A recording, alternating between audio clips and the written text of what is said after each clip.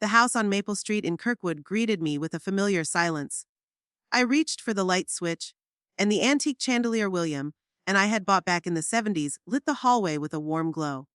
For 35 years, I'd been turning on that light when I came home.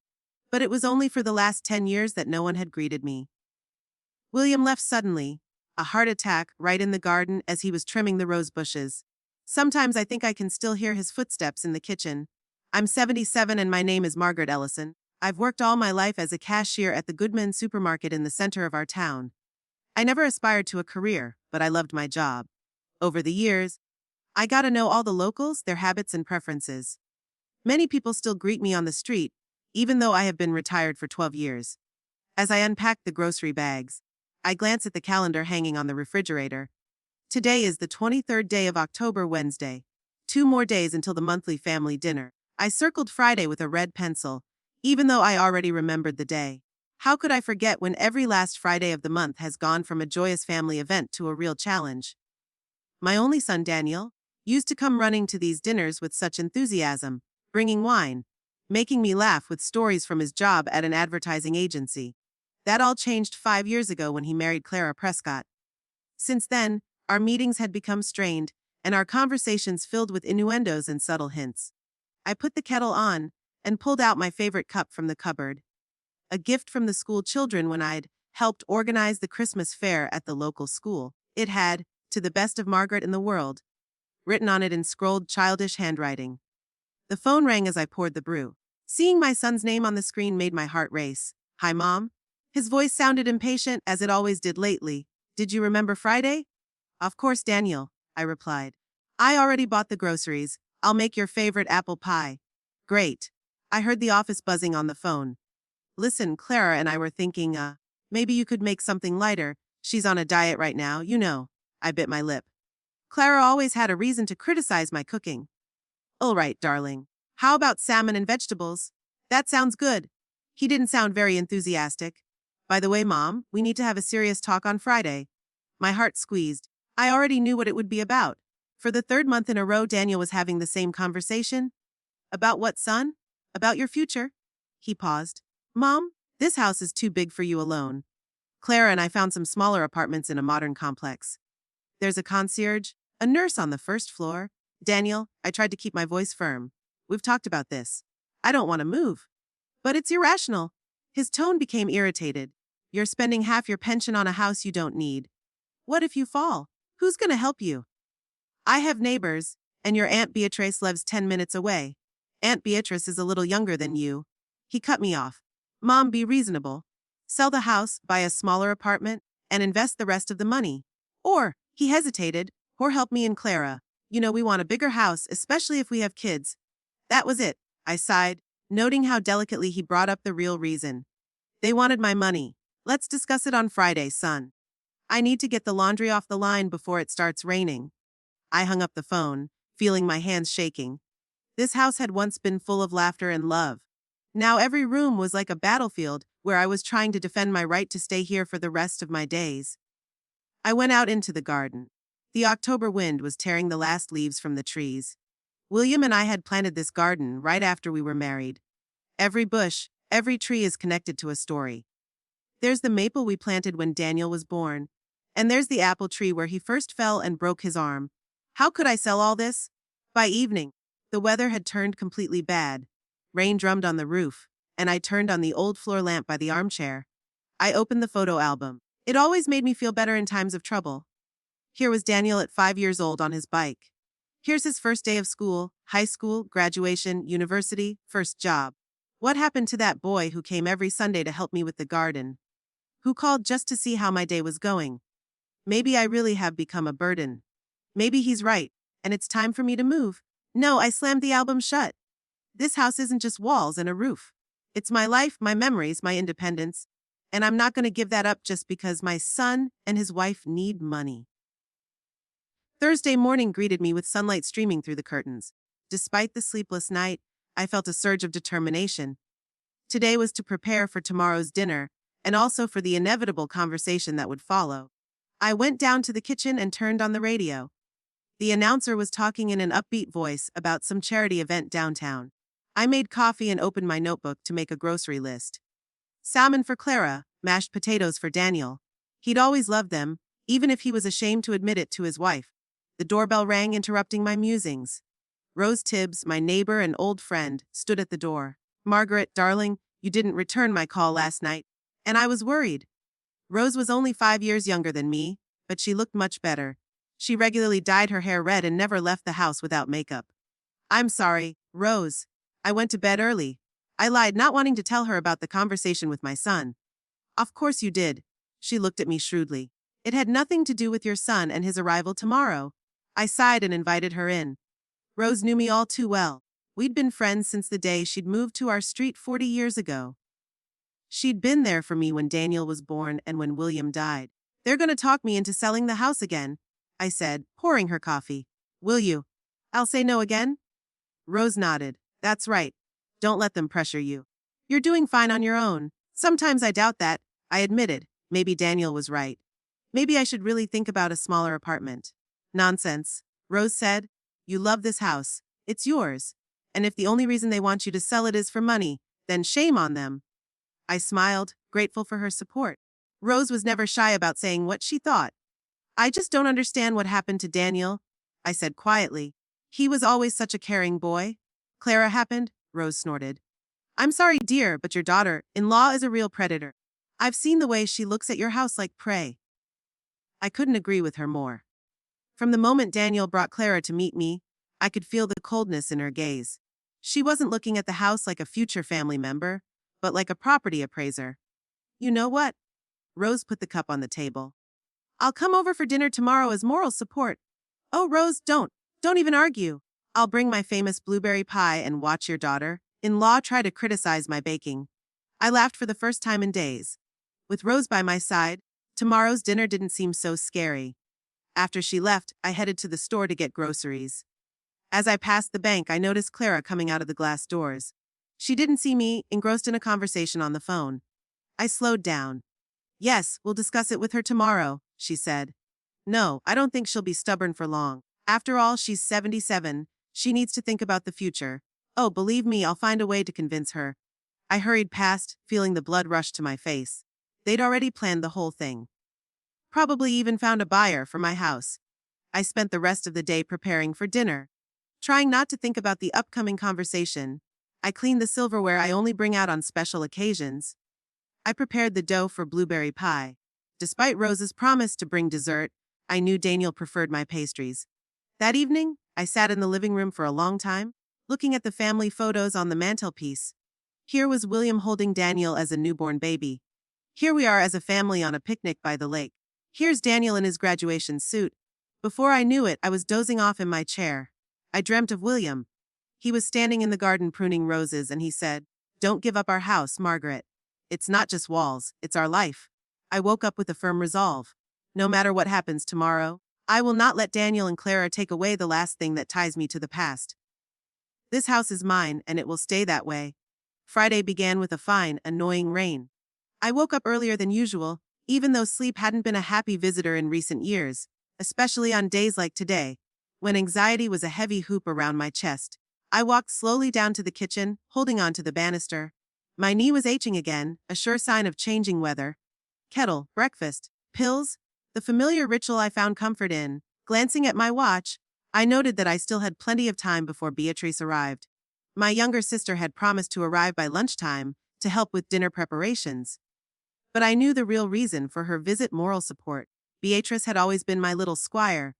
Even as a child, when the neighborhood boys teased me about my freckles, she, a 5-year-old, would rush to my defense with belligerent cries. She's 72 now, but that fighting spirit hasn't gone anywhere. A phone call interrupted my musings. "Margaret, dear. I'll be there in an hour." Beatrice's cheerful voice sounded slightly out of breath. "Don't start cooking the salmon without me. You know you always get it overdone." I smiled. Beatrice, unlike me, was an excellent cook. When she was young, she had even considered opening her own cafe. But life had taken a different course. "Don't worry, I just peeled the vegetables. By the way, Rose is coming over for dinner." "Great," Beatrice exclaimed. "That makes 5 of us. Perfect for my new white wine sauce recipe." "Margaret," she paused, "are you holding up okay?" "Of course," I replied with a confidence I didn't feel. It's just another family dinner. Huh, and I'm the Queen of England? Beatrice snorted. Okay, I'll be right there. Make more tea. We need to have a serious talk before your precious son and his fury arrive. I sighed, hanging up the phone. Beatrice had never been known for her diplomacy. Though in this case I couldn't help but agree. Clara was a raging fury sometimes, especially when she didn't get what she wanted. An hour later, as promised, Beatrice stood on my doorstep with a large suitcase and a bag of groceries. I decided to stay for the weekend. She explained, catching my eye. After dinner tonight, you're going to need some moral support. I didn't argue. My sister's company was just what my troubled heart needed. Beatrice took off her coat and went straight to the kitchen. Her vigor had always made me a little jealous. She was still active and full of vigor in her 72 years, okay? She said, looking at the food I'd prepared. I see you're cooking salmon for your picky daughter-in-law. Isn't that a bit much of an honor? Daniel asked for something light. I shrugged. Clara's on a diet. Another one. Beatrice snorted, pulling a bottle of white wine out of her bag.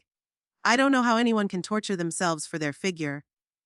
At our age, we should be enjoying food, not counting calories. I smiled silently. Beatrice, despite her love of delicious food, had always been slim, unlike me. It must have been her father's genes, which she had inherited. We set to work, and the kitchen was filled with pleasant smells and soft conversation. Beatrice was talking about her neighbor, who had recently returned from a Mediterranean cruise, and was pestering everyone with pictures and impressions. Would you like to go on a cruise? She suddenly asked, interrupting her story. I hesitated, slicing cucumbers for the salad. I don't know. I never thought about it. William and I always dreamed of traveling after we retired, but he left early, Beatrice finished softly. Margaret, don't you think it's time to start living for yourself? You're 77, but that doesn't mean you have to sit at home and wait. She didn't finish, but I knew what she meant. I don't want to sell the house, I said firmly. That's not what I meant. Beatrice set the knife aside. Just think about it.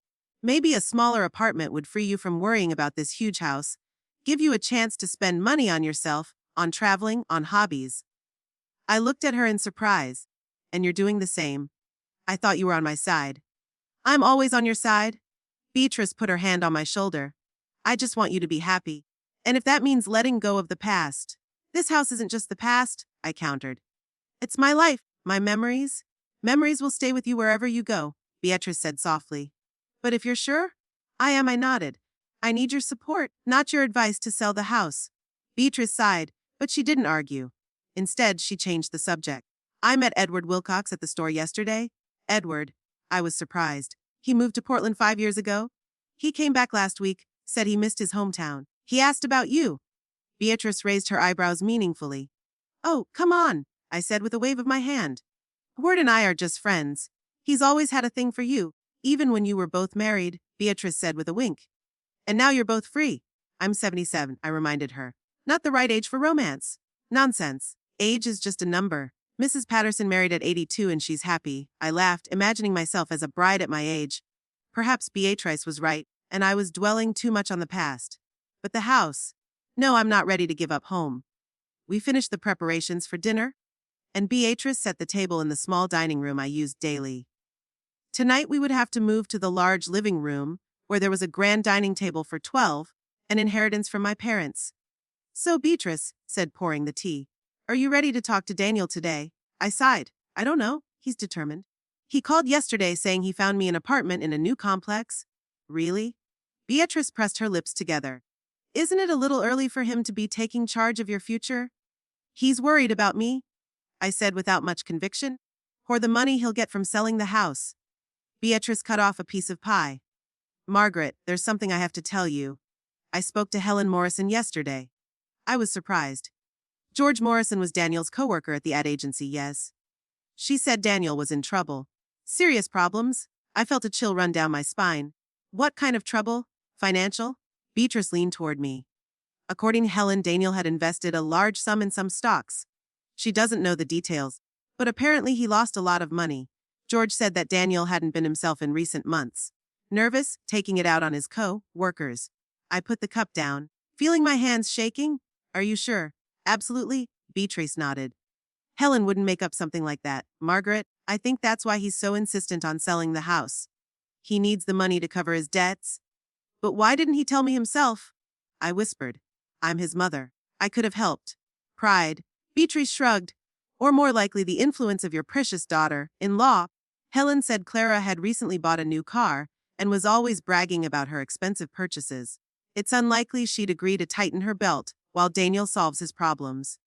I remembered Clara coming out of the bank yesterday, her confident look, her expensive clothes, her new handbag from a famous brand. Was it all a facade? Were there financial problems lurking behind it? Maybe we should ask Daniel directly today, I suggested. Beatrice shook her head. And embarrass him in front of Clara? No, wait until you can talk to him alone. But be prepared that talking about selling the house isn't about your future. It's about trying to solve their own problems at your expense. I leaned back in my chair, feeling devastated. So not worrying about an aging mother, but a financial crisis. That realization made me feel both lighter and heavier at the same time. Lighter because it explained Daniel's insistence. Heavier because he didn't trust me enough to tell me the truth. What should I do? I asked Beatrice. First, listen to them today. She squeezed my hand. See what they have to say, but don't agree to anything right away. Promise to think about it and discuss it later, and then we'll decide together what to do. I nodded. Beatrice's plan sounded reasonable. We spent the rest of the afternoon preparing for dinner. Beatrice insisted that I wear my best dress, a dark blue dress with a small silver rose brooch, a gift from William for our 40th anniversary. You need to look confident, she said, helping me zip up the back. This is your home, and you're the boss. The doorbell rang at 500 sharp. Rose stood on the doorstep, blueberry pie in hand and a bright red hat. I thought I'd dress up, she winked at me. Since we're having such an important family gathering. Beatrice and Rose hit it off right away. They had known each other for years, but they rarely saw each other because Beatrice lived in a neighboring town. Now they were chatting animatedly in the kitchen, while I set the table in the living room. White tablecloths, the finest china, silverware, just the way William liked it. He always said family dinners should be special, even if there was no special occasion. So the kids would remember that family is important, he said, setting out the wine glasses. I sighed, adjusting my napkin. What would William say if he found out his son wanted to sell the family home to pay off his debts? Would he be disappointed, angry, or would he just wave his hand and say, as he often said in his lifetime, family comes first, Margaret. Even if they're wrong, they're still family. They're late, Beatrice remarked, entering the living room with a vase of flowers. It's already 7, I shrugged. Daniel was always late, and with Clara's arrival, it had become a tradition. A very rude tradition, Beatrice snorted. When we were growing up, being late for dinner was unacceptable. I smiled, remembering my mother's stern voice. Only those who don't respect the labor of the hostess are late to the table. A phone call interrupted my memories. I hurried into the hallway, thinking it was Daniel warning me of the delay. But the voice on the phone was not my son's. Margaret, it's Edward. Edward Wilcox. Beatrice said I could call. I glanced at my sister, who was innocently setting glasses on the table. Edward. Hello, I'm glad to hear you're back in Kirkwood. Yes, I've come to visit some old friends, and I must say I was especially anxious to see you, he said, a smile in his voice. Beatrice said you were having a family dinner tonight, but maybe we could meet tomorrow, have coffee, reminisce about old times. I felt the blood rush to my cheeks. Edward had been a fan of mine since high school before William came along. Then our paths diverged, but we remained friends. After his wife died 5 years ago. I'd love to, I said, surprised at my own resolve. Tomorrow at 3 at Martha's. Okay, Edward sounded relieved, as if he'd been afraid of rejection. See you tomorrow, Margaret. I hung up the phone and turned to my sister, who pretended to be busy setting up the appliances. Did you do this? I asked. I have no idea what you mean, Beatrice said innocently. I just mentioned to Edward that you were still living in the same house, and that it would be nice to visit an old friend. I shook my head but didn't argue. Maybe seeing Edward would be just what I needed to get my mind off my family problems. Finally, at 20 minutes past 8, I heard the sound of a car pulling up. Through the window, I saw Clara's brand new silver sedan pull up to the gate. Get ready, Beatrice whispered, coming to stand beside me. Remember, this is your home, and you're the boss. I took a deep breath, gathering my strength. Now that I knew about Daniel's financial problems, I understood his motives better. But that didn't mean I was willing to sacrifice my home for his failed investment. When the doorbell rang, I went to answer it with my head held high. No matter what happened tonight, I was ready to defend what was rightfully mine. I opened the door with a strained smile. Daniel stood on the threshold, tall like his father, but with my eyes. Next to him, flawless and cold as if carved from ice, was Clara. Her dress looked more expensive than my entire closet, and the pearl necklace she'd gotten from Daniel last Christmas glittered around her neck. Mom. Daniel leaned over and kissed me dryly on the cheek. I'm sorry we're late. Traffic. I noticed Clara roll her eyes. In our little Kirkwood, traffic only happened before the annual downtown fair. It's okay, honey. I stepped back, letting them inside. Beatrice and Rose are already here? Clara pressed her lips together. Oh, so we're having a big party tonight. You didn't warn me, did you? I pretended to be surprised. I thought I'd mentioned it. Anyway, dinner's on the stove, and there's plenty for everyone. Daniel hung up his coat and helped Clara take off her expensive cashmere coat. I noticed how nervous he was. His fingers trembled slightly, and there was a wrinkle on his forehead that only appeared when he was anxious. In the living room, Beatrice and Rose were talking animatedly. When she saw Daniel, Beatrice stood up and opened her arms. Nephew, won't you give your old aunt a hug? Daniel smiled sincerely, the first real smile of the evening, and hugged Beatrice. Aunt Bea, you haven't changed at all. Nonsense, she said. I'm getting old just like everybody else. I just know how to hide it. Clara said a polite hello to both women, but I noticed her shoulders tense. She wasn't expecting witnesses for the conversation they'd planned. Let's get to the table, I suggested. Everything's ready. The table looked gorgeous. The white tablecloth the China William and I had gotten as a wedding present. The silverware polished to a shine. In the center of the table was a vase of fall flowers Beatrice had cut from my garden. It's beautiful as always, Daniel remarked, helping Clara to sit down. I took my usual place at the head of the table, the place that had once belonged to William.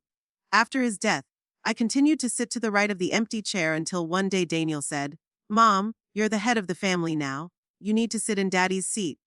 Now, looking at my son and his wife, I remembered that moment with warmth. Back then, Daniel still cared about my feelings. Beatrice sat on my left hand, and Rose sat next to her. Daniel and Clara sat across from me. I put the baked salmon on plates, added vegetables and mashed potatoes. Clara, as I expected, refused the potatoes. They looked delicious, she said with a polite smile. But I have to watch my figure. I was slim at your age too without any dieting. Beatrice countered as she poured herself a double portion. Enjoy it while you can. Clara smiled strained but did not say anything. Daniel hurried to change the subject. How are you doing, Mom? How's the knee? Better? I lied. In fact, my knee was hurting more and more every month, especially when I walked up the stairs. Dr. Henderson gave me a new medicine. That's good. Daniel nodded, glancing at Clara. Mom, we've been meaning to talk to you about. Why don't we have dinner first? I interrupted. You don't want to start a serious conversation on an empty stomach. Beatrice supported me, and the next 20 minutes were spent discussing local news and gossip. Daniel tapped his fork impatiently on the edge of his plate, and Clara barely touched her food, occasionally glancing at her watch. Finally, when the main course had been eaten, and Beatrice had brought tea and cake from the kitchen, Daniel cleared his throat. Now, Mother, he looked at Clara as if looking for support. Clara and I have been thinking a lot about your future. Really? I calmly poured myself a cup of tea. That's so sweet of you. The thing is, he continued, this house is too big for you alone. Maintenance, repairs, taxes, it's a burden at your age. I can handle it, I replied. For now, maybe, Clara interjected. But what about a year from now? 2 years from now? Your pension is not infinite, Margaret. I noticed Beatrice tense up. She'd never approved of Clara's manner of addressing me, by my first name rather than Mother. Or at least Mrs. Ellison. Why, found a lovely apartment in the new Golden Autumn complex, Clara continued. Especially for the elderly. There's a concierge and nurse on the first floor, weekly activities. You won't be lonely? I'm not lonely now, I countered. I have friends, neighbors, a garden. But it's not the same as living in a community of people your age. Clara smiled with fake concern. Besides, by selling this house, you'll not only be able to buy an apartment, but also create a financial cushion for the future. That was it. I looked at Daniel, who was avoiding my gaze. What will be left after buying the apartment and creating this cushion? I asked bluntly. Well, Daniel hesitated. We thought you could help us with the down payment on a house. We're planning kids after all, and we need more space. I felt Beatrice put her hand on mine under the table, a gesture of support. Rose watched the conversation silently, but I could see the resentment in her eyes. So, you need the money, I said bluntly. It's not me you're worried about. It's your financial situation. That's not true, Daniel protested. Of course we're worried about you. It's better for everyone. For everyone or for you? I asked quietly. Clara sighed with feigned patience. Margaret, let's face it, you can't keep this house forever. Sooner or later, you're gonna have to sell it. So, wouldn't it be better to do it now when you can still enjoy the proceeds? Maybe, Beatrice intervened. Daniel should just admit that he's having financial problems and ask for help directly instead of manipulating his mother. There was a heavy silence in the room. Daniel turned pale and Clara threw Beatrice an annihilating glare. What are you talking about? Daniel said at last. About your bad investments, Beatrice answered. About the money you lost in the stock market. Who told you that? Daniel looked shocked. Is it true? I asked, feeling my heart clench. Daniel swallowed and looked away. Yes, I've had some setbacks, but it's temporary, and it has nothing to do with our proposal. Don't lie to your mother, Beatrice said sharply. You're in trouble, and instead of honestly asking for help, you're trying to force her to sell the only thing she has left, her house. That's enough. Clara slammed her palm on the table. We didn't come here to be blamed. We're offering a reasonable solution for everyone. I shook my head. Selling my house is not a reasonable solution for everyone. It's a solution to your problems at my expense. Daniel, if you need help, why didn't you just ask? Daniel looked cornered. Yeah, I didn't want to bother you. Besides, you always said this house was our family inheritance. I thought that by selling it, you could provide for your old age, and we could provide for our future. At the expense of my present, I said quietly. Clara made an annoyed sound. You just don't understand. At your age, it's illogical to cling to such a big house. It's selfish. Selfish? I could feel the anger rising in me. Is it selfish to want to stay in the house where I've lived all my life, where you grew up, Daniel, where every corner holds the memory of your father? Memories don't pay the bills, Clara said coldly. Daniel, tell her. Daniel looked like he was being torn apart. Mom, we just want what's best for yourselves. I finished the sentence. Not for me. Oh my God, you're so difficult, Clara exclaimed. We offer you a reasonable solution, and you act like a stubborn child. Daniel gave her a warning look, but it was too late. Clara, this is my mother, he said in a strained voice. So, Clara turned to him. We've been beating around the bush for months. It's time to be blunt. Either she sells the house and helps us, or we lose everything. Daniel jumped up, his face contorted with anger. Enough of this selfishness. You only think about yourself, not about your family, Daniel. I tried to calm him down. Let's talk calmly. No, he was almost shouting. I'm tired of talking. I'm tired of asking. Get out of here, he shouted, his face red with rage. Get away from the table if your goddamn house is more important than your own son. There was a deafening silence in the room. My son, my boy, just told me to get out in my own house at my own table. I slowly pushed back my chair and, trying to stay upright, headed for the stairs. Behind me, I heard a noise. I think Rose said something harshly to Daniel, and Beatrice kept reprimanding him. In my room, I sank to the edge of the bed. Get out of here! Those words rang in my ears like a slap in the face. Half an hour later, there was a quiet knock at the door. Margaret. Beatrice's voice. May I come in? I didn't answer, and she gently opened the door. Oh dear. Beatrice sat down next to me. Don't take it personally. He's just desperate. And Clara, I asked. She's sitting downstairs too. Yes. And just imagine she took your place at the table. Sitting there like a queen, I felt something click inside me, like a switch turning powerlessness into determination. Help me up, I said to Beatrice. I have an idea. I walked over to the dresser and pulled a file folder from the top drawer. Remember the Kirkwood Historical Society? How they were interested in our house for their Kirkwood Living History project. Beatrice nodded. They offered to buy the house for their foundation, but on the condition that I could live here for the rest of my life as a curator. And when I died, the house would become a museum. And you agreed. Beatrice opened her eyes wide. I signed the preliminary agreement last week. I pulled out the papers. After that conversation with Daniel, I realized I had to do something. I didn't want the house to be sold and torn down. This is genius, Margaret. They're offering a good deal, and you can live here like you used to. Exactly. I felt a surge of confidence, and I can use the money any way I want, including helping Daniel if he'd stop pressuring me. An hour later, pulled together, I went down to the dining room. Just as Beatrice had said, Clara was sitting in my place at the head of the table. I brought something that might interest you both, I said as I approached the table. Clara reluctantly rose from my seat, and I placed a file folder on the table. What is it? Daniel asked. An agreement with the Kirkwood Historical Society, I answered calmly. I give the house to them as a donation with the right of lifetime residence for me. What? Clara grabbed the deed. You can't do that. I already did. I pointed to my signature. The preliminary agreement was signed last week. All that's left is to finalize the deal. But what about us? Daniel looked stunned. There is a clause in the agreement to pay me a certain amount of money. I looked at him calmly. And I'm ready to offer you part of that money. But only if you recognize my right to control my own life and property. Clara threw the papers on the table. Is this some kind of joke? You're willing to give your house to strangers but not to help your own son. Daniel looked from the papers to me and back again. Mom, I don't know what to say. Thank you would be a good place to start, Beatrice said. Or I'm sorry for what I said. I'm sorry, Mom. I was wrong. You didn't mean it? Clara turned to him. She just robbed us of our chance to get the full value of the house. But they're giving me something more important than money. I looked her straight in the eye. The chance to stay in my house for the rest of my life, and the assurance that it will be preserved for future generations. Clara snorted and looked away. This is ridiculous. Daniel remained silent, studying the documents. Finally, he looked up. The amount, it could really help us. Not to solve all the problems, but to buy us some time, that all? Clara shook her hands. Are you giving up? Clara, that's enough, Daniel said tiredly. Mom is right. It's her house.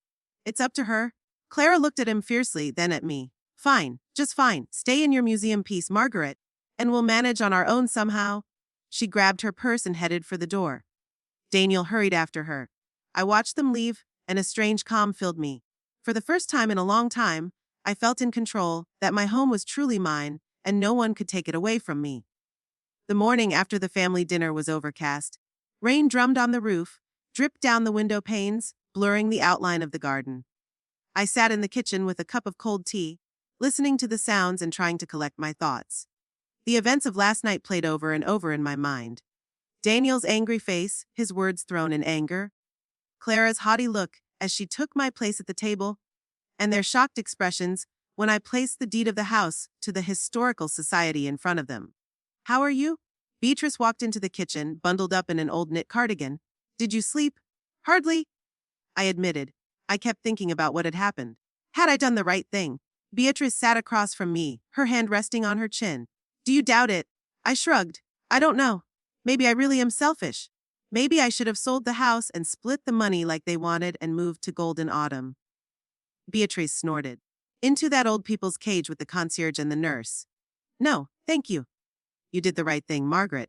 This house is yours, and only you can decide its fate. I nodded, but doubt still gnawed at my soul. Daniel was my only son. I'd raised him, loved him more than life itself. Would our relationship be ruined over a house? You offered to help him with the money. Beatrice reminded me as if she'd read my mind. That was very generous of you, especially after everything he'd said. He was desperate. I sighed, probably afraid of losing everything. That doesn't excuse his behavior. Beatrice took my hand. And besides, Clara didn't even think to apologize. To her, you're just an obstacle to her money. I couldn't agree more. From the beginning, Clara had treated me with barely concealed contempt. To her, I was just an old woman who was in the way of their lives. You know what? Beatrice said. Let's go to my place for a few days. You need a break from this house, from the memories. Clear your head. Oh, I'm sure I will. The house isn't going anywhere, she interrupted. Rose has promised to look after it. Besides, maybe being away will make your son think about his behavior. I hesitated. On the one hand, the idea seemed tempting. On the other, I was afraid to leave the house, as if it might disappear while I was away. Think about it, Beatrice continued. It's quiet, peaceful. There's a lake nearby, a beautiful park. We could go for walks if the weather cleared up, or just sit on the veranda with tea and books. It sounded really nice. Besides, Beatrice was right. I needed a distraction. Okay. I finally agreed. Let's go to your place for 3 or 4 days, no more. Beatrice brightened. That's great. Pack your things and I'll call Rose. She'll need to come over to water your flowers. An hour later, we were putting our suitcases in the trunk of Beatrice's car, an old but well-maintained Ford. I looked around the house one last time, checking to make sure all the windows were closed and all the doors were locked. Don't worry. Beatrice patted my shoulder. You'll be back in a few days and everything will be fine. If only I had known then how wrong she was. Beatrice's house in Greenfield, 30 miles from Kirkwood, was a cozy one-story cottage with a large veranda and a garden that flowed into a small woodland. It was here on the edge of Greenfield that Beatrice and I grew up. When our parents died, she inherited the family home, and I got the money with which William and I bought a house in Kirkwood. The house missed you, Beatrice said as we walked up to the veranda. You don't come too often. I know. I smiled, looking at the familiar shape of the old house. But I always have so much to do. You or your son? Beatrice asked shrewdly as she unlocked the door. I didn't say a word. She was right. I'd been torn between wanting to spend more time with my sister and wanting to be available to Daniel whenever he called or stopped by. But he called and visited less and less often. The first day at Beatrice's house was spent in quiet conversations and reminiscing.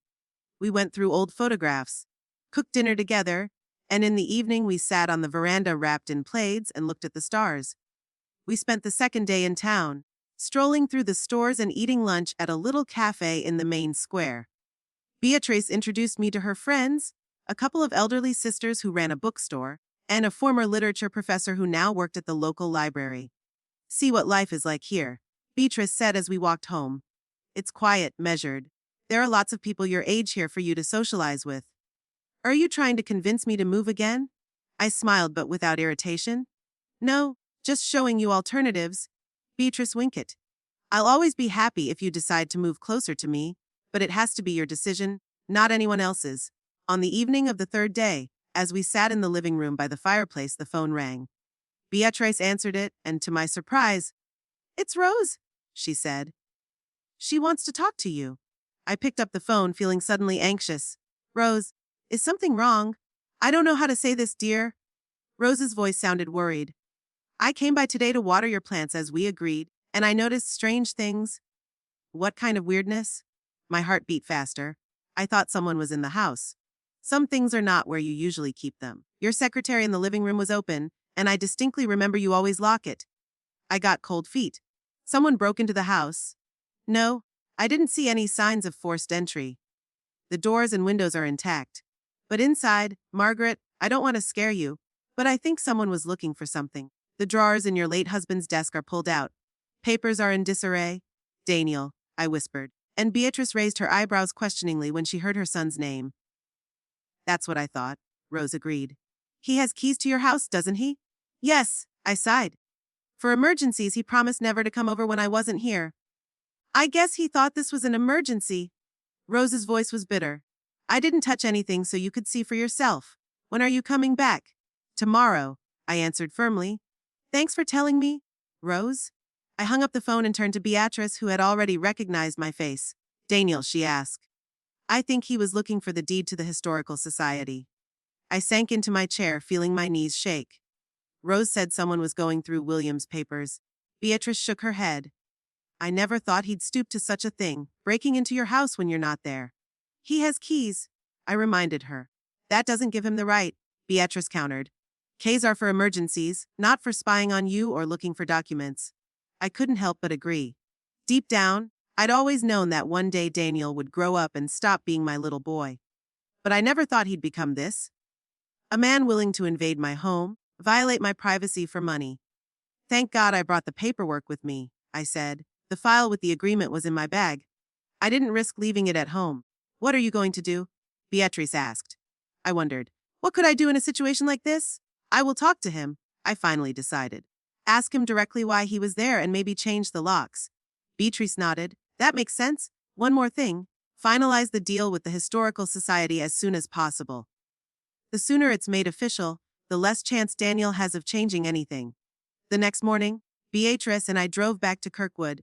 I was nervous the whole way, imagining what I might find in my house.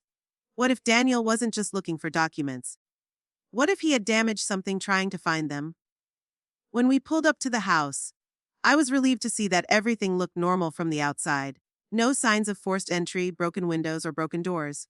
Rose was waiting for us on the porch, nervously rubbing the strap of her purse. I'm so glad you're back, she said, hugging me. To be honest, I was afraid to leave the house unattended after what I discovered. Thanks for looking after it, Rose. I squeezed her hand. Come on, let's go see what's in there. The three of us walked into the house. At first glance, everything looked normal. No scattered belongings or obvious signs of intrusion. But as we walked into the living room, I noticed what Rose was talking about. The secretary, which I'd always kept locked, was open. The drawers of William's desk had been pulled out, and the papers, usually neatly folded, lay in disarray. "Oh my God!" Beatrice exhaled. "He was really going through here." I walked over to the secretary and examined its contents. Important documents, insurance papers, homeowners' certificates, old tax returns. Everything was turned over as if someone had been looking for something specific. "It's a good thing you brought the agreement with you," Beatrice remarked. "Otherwise, he would have found it here." I nodded, still unable to believe that my son could do such a thing. "I'll check the rest of the house," Rose suggested. "See if there are any footprints." Beatrice and I stayed in the living room, trying to organize the scattered papers. "It wasn't just the agreement he was looking for," I said, going through the papers. "Look, there are old bank statements, deposit information. He wanted to know how much money I had." Beatrice shook her head, not hiding her indignation. "This isn't just disrespectful anymore, Margaret. It's an invasion of your privacy. It's a betrayal." "Girls." Rose's voice came from upstairs. "You'd better come up here." Beatrice and I exchanged worried glances and hurried to the second floor. Rose stood in the doorway of my bedroom, pointing to the closet. The doors were open, and the contents had been rifled through. "He was looking even here," she said. "I guess he didn't know where you kept important documents, and he was checking every possible place." I walked over to the closet and saw that some of the things were not the way I'd left them. A box of William's old letters that I kept on the top shelf was lying on the floor. "It wasn't enough for him to get into my papers," I whispered. "Had gotten into my personal things too." "Margaret," Beatrice put her hand on my shoulder. "This is getting serious. We need to talk to Daniel now." I nodded, feeling the anger building inside me, pushing out the shock and disappointment. My own blood, my only son, invading my home like a thief, going through my things. For what? For money. "I'll call him," I said firmly. We went downstairs and I dialed Daniel's number. Clara answered. "Ellison residence." Her voice sounded cold and formal. "Clara." "It's Margaret. I need to speak to Daniel." "Oh, mother-in-law," she said, her tone mocking. "Daniel isn't home. He's at work." "Then give me his office number," I demanded. "I'm afraid he has important meetings today." Clara didn't hide her pleasure in the situation. "Maybe I could give him a message." "Yes, do that." I tried to speak calmly. "Tell him that I know he was in my house and going through my things, and that if he doesn't explain himself by the end of the day, I'll change all the locks and never let him cross my threshold again." There was silence on the other end of the line. "Yeah, I don't know what you're talking about," Clara finally said, but her voice sounded uncertain. "I think you do," I said sharply. "Tell him what I said. Goodbye." I hung up the phone feeling my hands shaking, not from fear, but from anger. "Good for you," Beatrice said approvingly. "Let her know you're not going to stand for it." Rose nodded in assent. "In the meantime," she suggested, "let's get the house in order, and maybe we really should change the locks just in case." I smiled gratefully at both of them. In that moment, I realized that a real family was one that supported you in times of need, not one that betrayed you for its own sake. The day passed with chores around the house. Beatrice, Rose, and I tidied up the living room and bedroom, put the papers in their places, and checked to see if anything was missing. To my relief, everything of value, the jewelry, the money I kept at home, was still intact. Daniel was only interested in the documents. Toward evening, when we were finished and sitting down to tea in the kitchen, the doorbell rang.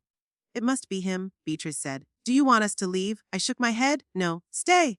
I want this conversation to have witnesses." Rose went to open the door. A minute later, Daniel came into the kitchen pale and puffy, but with a stubborn expression. "Mom," he said instead of greeting, "I need to talk to you alone. Anything you have to say, you can say in front of Beatrice and Rose." I pointed to the chair across from him. "Sit down."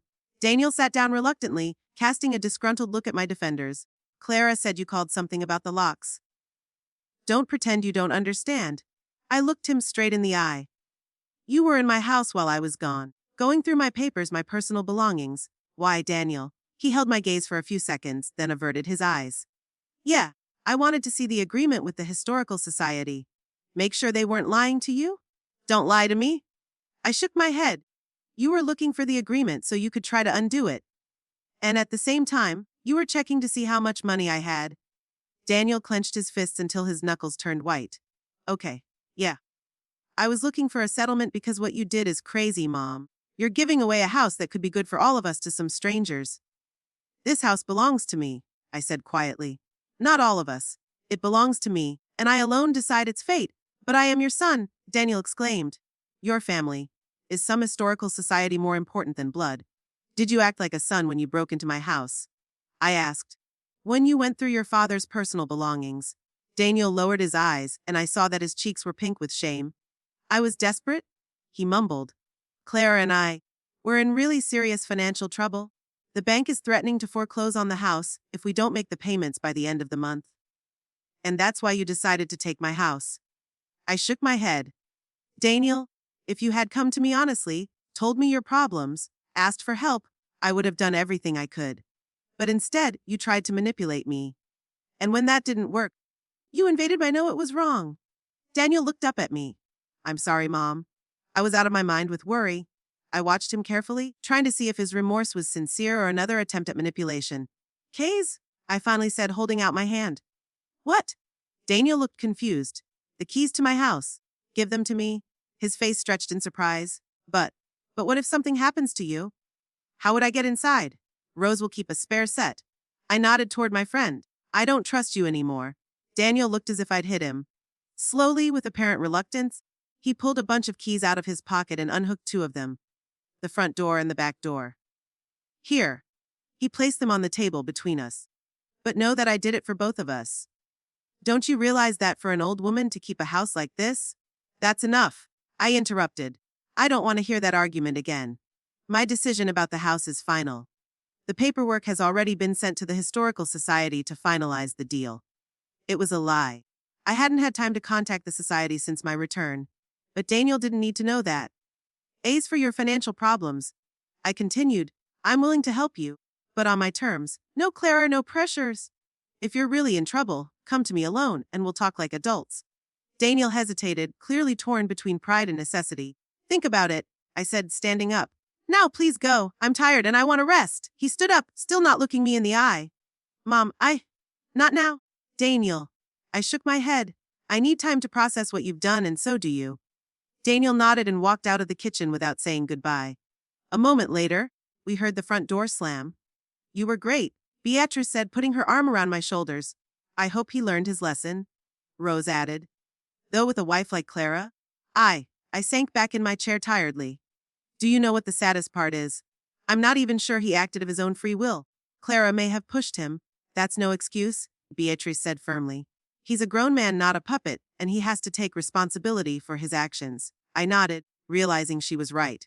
Daniel had made his choice, and now I had to make mine. After Daniel left, I couldn't get over it for days. The same thoughts kept running through my mind. How had we gotten to this point? How did my loving son turn into a man who would invade my home for money? And most importantly, what to do next? Beatrice stayed with me for a couple more days, but then she had to go home. She had some business planned in Greenfield. Rose came by every day, bringing fresh baked goods and the latest town news. She said she'd seen Clara at the supermarket, and she defiantly pretended not to recognize her. That woman is a snake? Rose snorted, pouring tea. Do you know what she said to Martha Jenkins last week? That you were getting a little unhinged, and that's why you were making strange decisions about your estate. I shook my head, not surprised, but still feeling a prick of pain. Is she trying to turn the town against me? Only those who listen to her, Rose said with a wave of her hand. There aren't many of those. Everyone knows you're sane, and that this is your home. I smiled gratefully at my friend. Her support was invaluable these days. After Rose left, I sat in the chair by the window for a long time, looking out at the garden, which was gradually preparing for winter. The leaves of the maples had already fallen, and the rose bushes were covered with special material to survive the cold. William had always said that a garden was a reflection of life. Periods of bloom followed by wilting, but winter was always followed by spring. Spring. I suddenly thought about the fact that I had already lived 77 years, and there weren't many springs left in my life. Do I want to spend them in an endless struggle with my son and daughter, in-law, in grudges and misunderstandings? No, I wanted peace and dignity. I wanted to keep what I held dear, my home, my memories, my independence. But I didn't want to end my relationship with my only son. I got up and went to the phone. It was time to make a decisive move before the situation went too far. The phone rang for a long time, and I was about to hang up when Daniel answered. Yes, his voice sounded tense. Daniel, it's Mom, I said, trying to keep my voice calm. We need to talk. A serious talk, Mom. If this is about the house again. It's not just about the house, I interrupted. It's about our relationship, about your financial problems, about the future. I suggest we meet tomorrow. You and I come to my place for lunch. There was silence on the other end of the line. Daniel, I called out. I'm here. He sounded uncertain. It's just. Are you sure you want to see Clara after everything that's happened? She's your wife, I answered simply. And if we're going to solve our problems, we have to do it together, all three of us. Daniel sighed. Okay. Oh, hunters, I confirmed.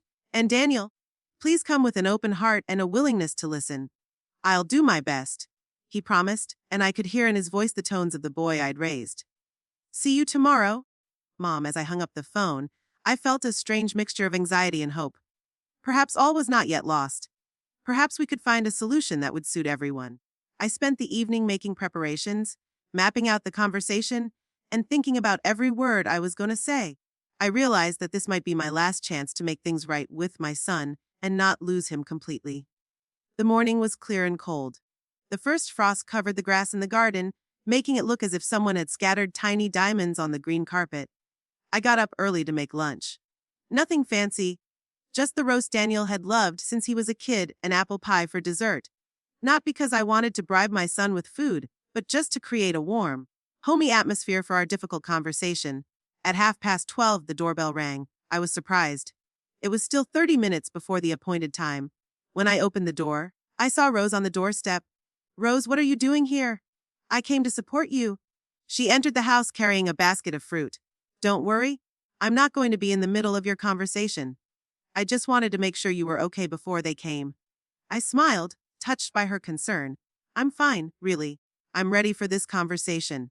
Rose looked at me carefully. Are you sure? They can be difficult conversationalists.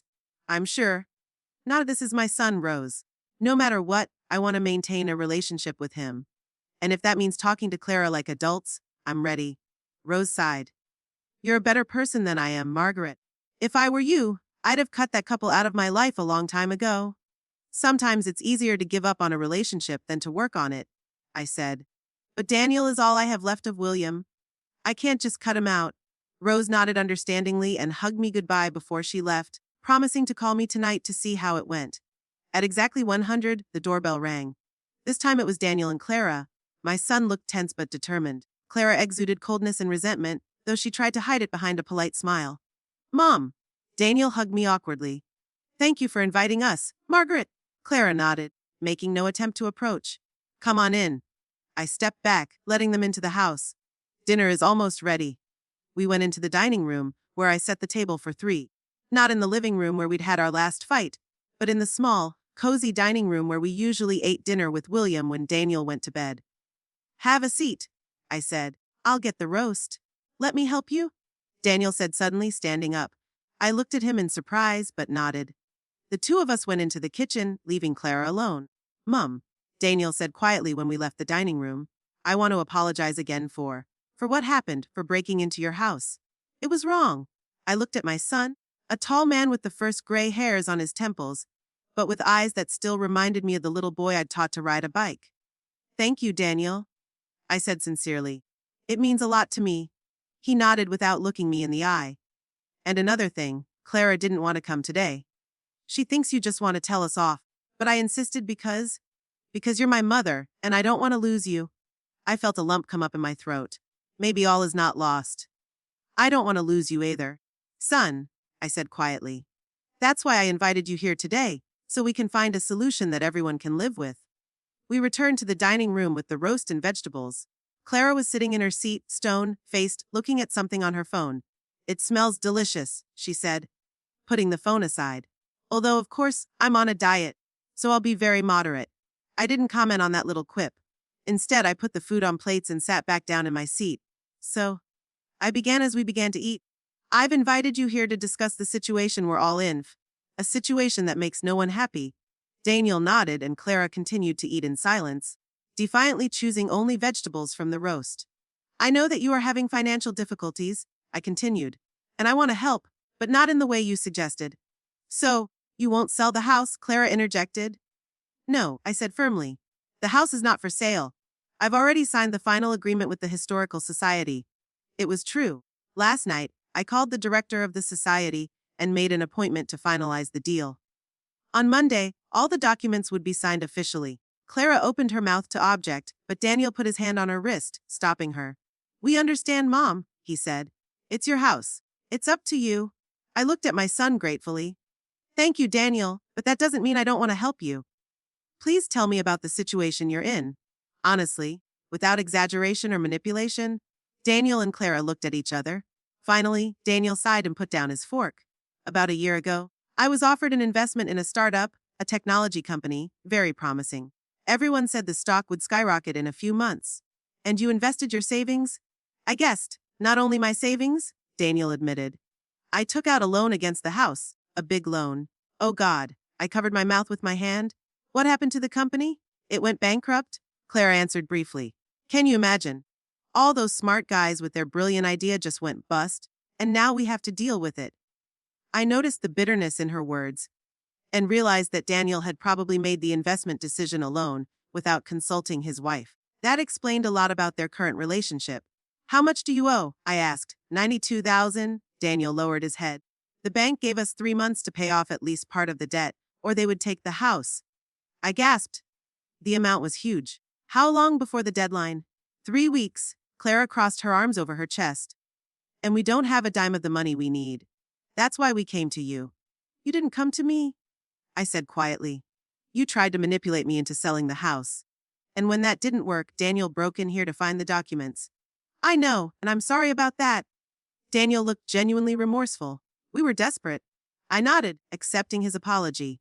Then I took a deep breath and said, I have a proposition. I can give you 30 zlotys.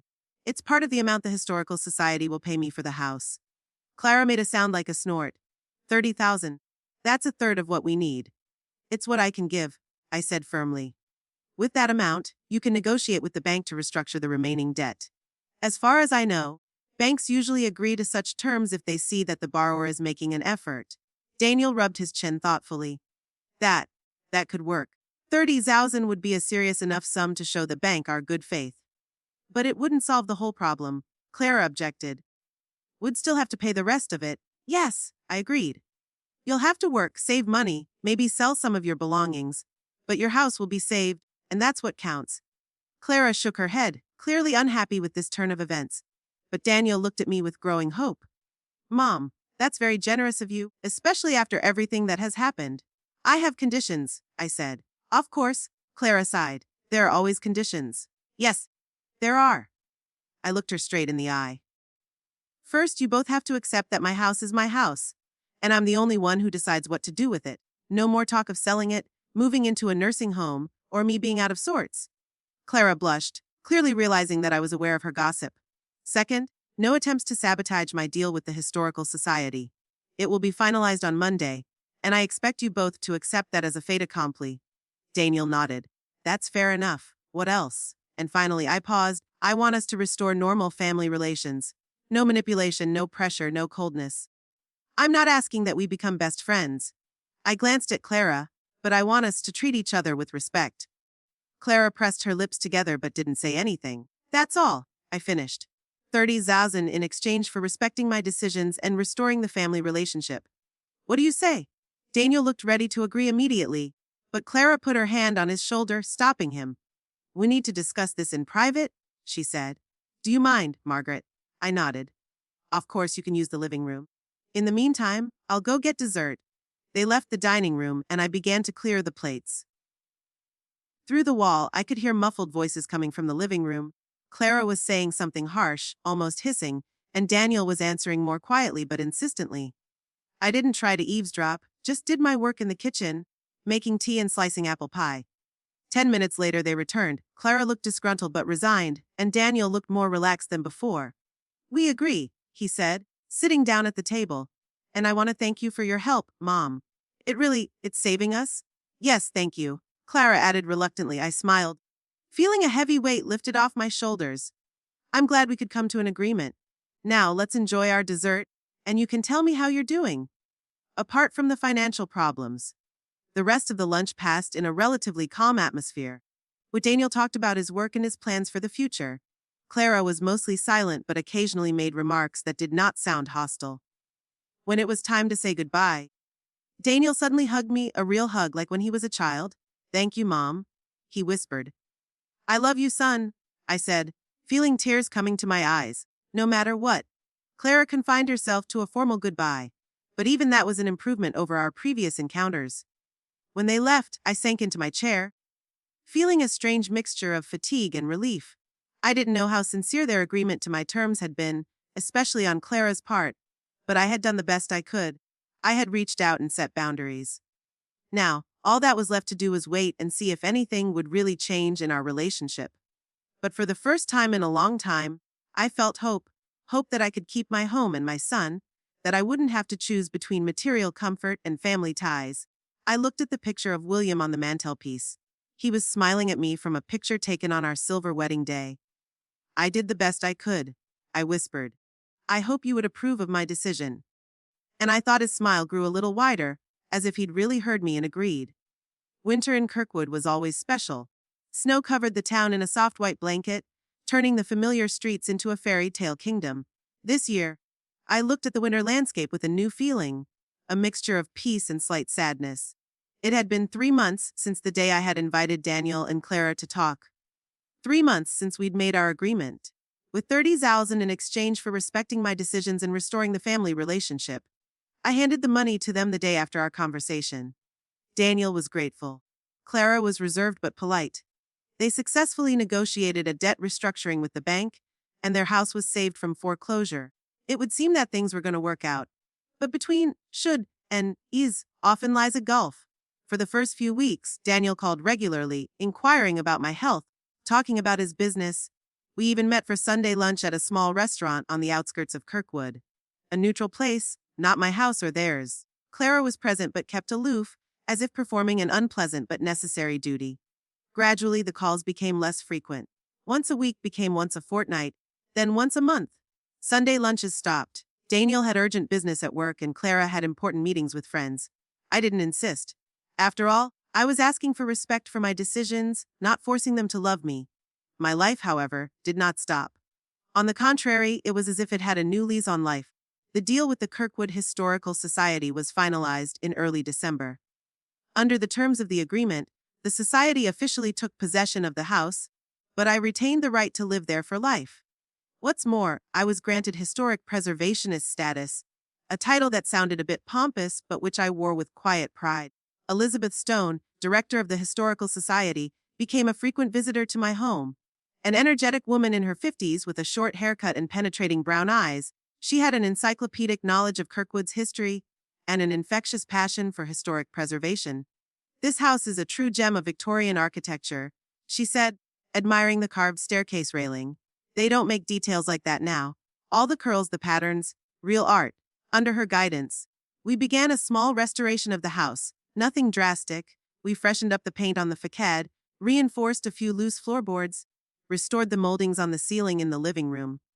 The Historical Society covered all the costs, and I provided access to experts and shared stories about the house and its past owners. "Do you know what the most valuable thing about houses like this is?" Elizabeth asked me one day while we were having tea on the porch. "Not the architecture, not the age, but the stories. The stories of the people who lived here, loved here, raised their children here." I nodded, realizing she was right. This house was more than just a building. It was a witness and keeper of stories. My own, William's, Daniel's, our parents, and everyone who'd lived here before us. At Elizabeth's encouragement, I began to write those stories down. First, just for myself, then for the Historical Society archives. I wrote down everything I could remember. How William and I first saw the house and fell in love with it, immediately despite its shabby appearance. How we gradually furnished each room, turning the old building into a cozy nest. How Daniel was born, and we converted a small room into a nursery, painting the walls blue and drawing ships on them. These records suddenly aroused the interest of members of the society. We could organize a small exhibition, Elizabeth suggested one day. Stories of the old house or something like that, with photos, excerpts from your notes, maybe some artifacts. The idea struck me as odd at first. putting your personal life on display. But the more I thought about it, the more appealing it seemed. It was a way to preserve the memory not only of the house but also of the people who made it alive. And so, in early February, the exhibit, The House on Maple, One Family's Story, opened in the Kirkwood Library's small exhibit room. Old photographs, William's letters from the front, my notes on daily life, Daniel's childhood drawings, all of this was neatly placed on stands and in glass cases. A surprisingly large number of people gathered at the opening. Members of the Historical Society, local history buffs, neighbors, longtime acquaintances came. Rose was there, of course, proudly introducing me as her famous friend. Beatrice drove down from Greenfield to support me. I invited Daniel too.